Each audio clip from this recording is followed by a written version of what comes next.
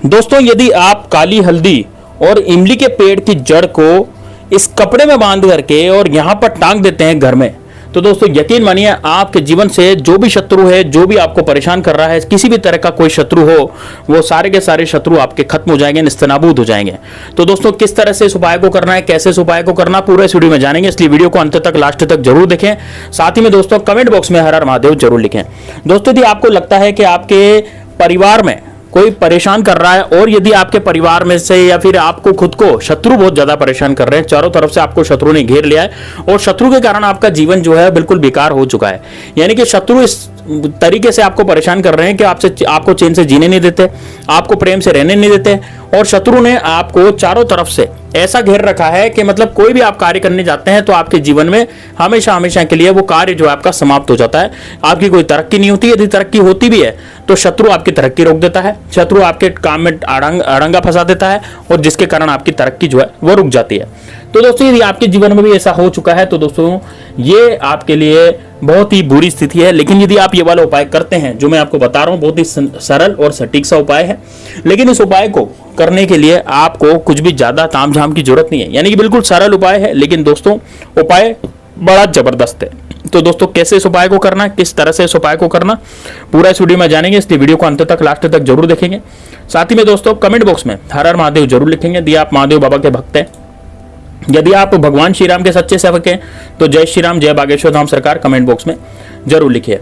अब दोस्तों बात करते हैं कि किस तरह से देखिए उपाय को करना है। दोस्तों यदि आप अपने जीवन में बहुत ज्यादा परेशान हो चुके हैं, आपको लगता है कि यार मेरी जिंदगी में जो है शत्रु ने बहुत ज्यादा मेरे जीवन में बाधाएं मचा रखी है, यानी कि शत्रु के कारण मेरा जीवन जो है पूरी तरह से खराब हो चुका है, और शत्रु ने इतना ज्यादा उत्पात मचा रखा है कि एक शत्रु पैदा होता है तो दूसरा शत्रु खत्म होने लगता है तो दूसरा शत्रु पैदा हो जाता है, यानी एक के बाद एक जो है शत्रु जो है वो चलता रहता है, और वो शत्रु जो है किसी भी तरह से आपके जीवन में कुछ भी नहीं कर पाता। तो दोस्तों यदि आपको लगता है कि आपके शत्रु आपको बहुत परेशान कर रहे हैं तो दोस्तों ये वाला उपाय सिर्फ और सिर्फ आपके लिए होने जा रहा है। इससे आपके शत्रु जो है वो खत्म होंगे, शत्रु आपके पूरी तरह से निस्तनाबूद हो जाएंगे, और आपके शत्रु जो है वो पूरी तरह से इस तरह से हो जाएंगे कि यानी आपके शत्रु जो है वो बिल्कुल मुहाल हो जाएंगे, यानी कि वो एक एक पाई के लिए भी मोहताज हो जाएंगे।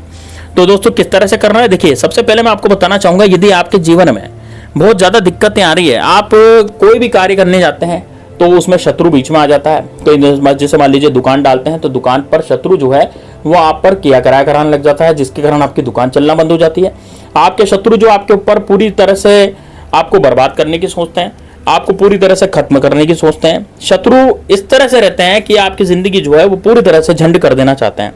तो यदि आपके शत्रु भी आपके इस तरह से जिंदगी आपकी झंड कर देना चाहते हैं तो आप जो है पूरी तरह से दोस्तों इस तरह के उपाय को आपको करना चाहिए। इसमें आपको क्या क्या चाहिएगा, सबसे पहले तो इसमें आपको चाहिए काली हल्दी। काली हल्दी दोस्तों आपको किसी भी परचूनी की दुकान पर मिल जाएगी, या फिर पूजा पाठ सामग्री वाले की दुकान पर मिलेगी।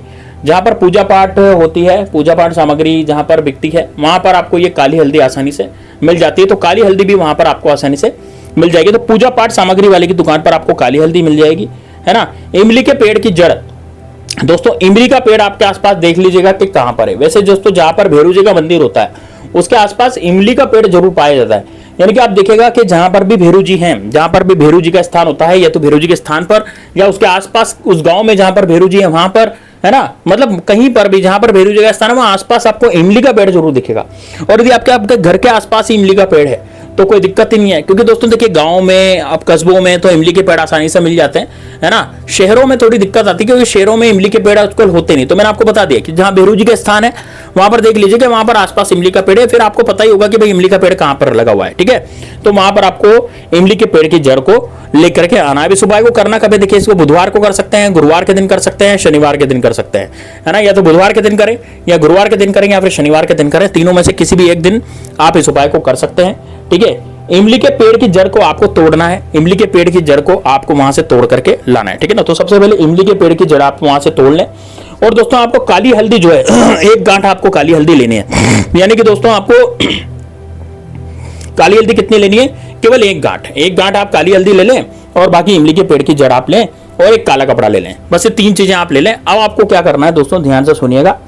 आपको ये जो काली हल्दी है और इमली के पेड़ की जड़ है, इसको आपको काले कपड़े में रखना है, और काले कपड़े में इसको बांध लेना है। मतलब कि आपने जो काली हल्दी ली है और इमली के पेड़ की जड़ ली है, उसको आपको काले कपड़े में बांध लेना है। काले कपड़े में बांधने के बाद काले धागे से इसको बांधेंगे, और काले धागे से इसको बांधने के बाद आपको क्या करना है, इसको अपने घर के मुख्य द्वार पर टांग देना है।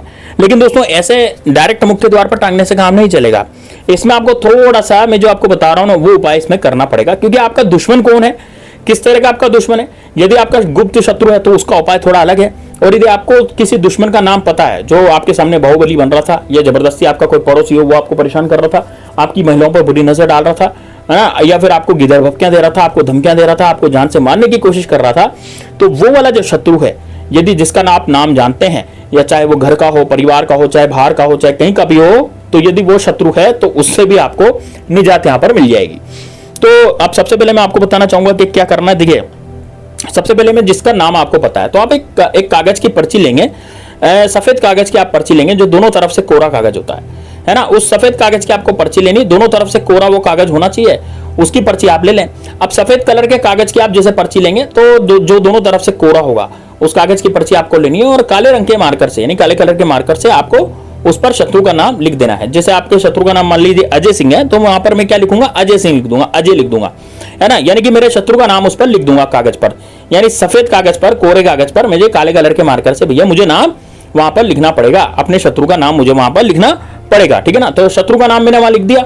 अब दोस्तों यदि मान लीजिए ऐसा कोई शत्रु हो, कौन सा शत्रु हो, जैसे मान लीजिए कि शत्रु का नाम आपको पता नहीं है और गुप्त शत्रु हो, है ना, जिसका नाम ही आपको पता नहीं है, जो गुप्त रूप से मतलब शत्रुता निभा रहा हो, है ना, जो गुप्त शत्रु हो, तो यदि उसका नाम आप जानते हैं भाई गुप्त शत्रु है, तो गुप्त शत्रु यदि आपके जीवन में पीछे पड़ गए हैं, गुप्त शत्रु आपको परेशान कर रहे हैं, तो उसके लिए आपको केवल मात्र वहां पर उस पर्ची पर केवल मात्र क्या लिखना पड़ेगा, शत्रु, है ना। यदि गुप्त शत्रु पीछे पड़ रहे हैं तो आपको केवल शत्रु लिखना पड़ेगा, और यदि आपके कुछ ऐसे शत्रु पीछे पड़ रहे हैं जिनका नाम आपको पता है तो आपको नाम लिखना पड़ेगा, ठीक है। ये दो चीजें आपको लिखनी है। अब आप शत्रु के अनुसार यहां पर लिख सकते हैं और उस पोटली में आप उस शत्रु का नाम डाल दें, है ना। अब क्या करेंगे, जैसे पोटली में आपने शत्रु का नाम डाला, उसके बाद दोस्तों इस पोटली को आपके घर के मुख्य द्वार के, जैसे आपका घर का मुख्य द्वार दोनों तरफ से दिखता है, देखिए बाहर जाते हैं तो अलग मुख्य द्वार दिखता है, और अंदर से रहते हैं ना, घर के अंदर खड़े रहते हैं तो फिर मुख्य द्वार अलग ढंग से दिखता है। तो आप अंदर खड़े रहिए, आप अपने घर के अंदर खड़े रहिए और बाहर की तरफ देखिए, तो आपको यहाँ पर दायां और बायां दो स्थान दिखाई देंगे, क्योंकि मुख्य द्वार के दाएं बाएं दोनों होता है।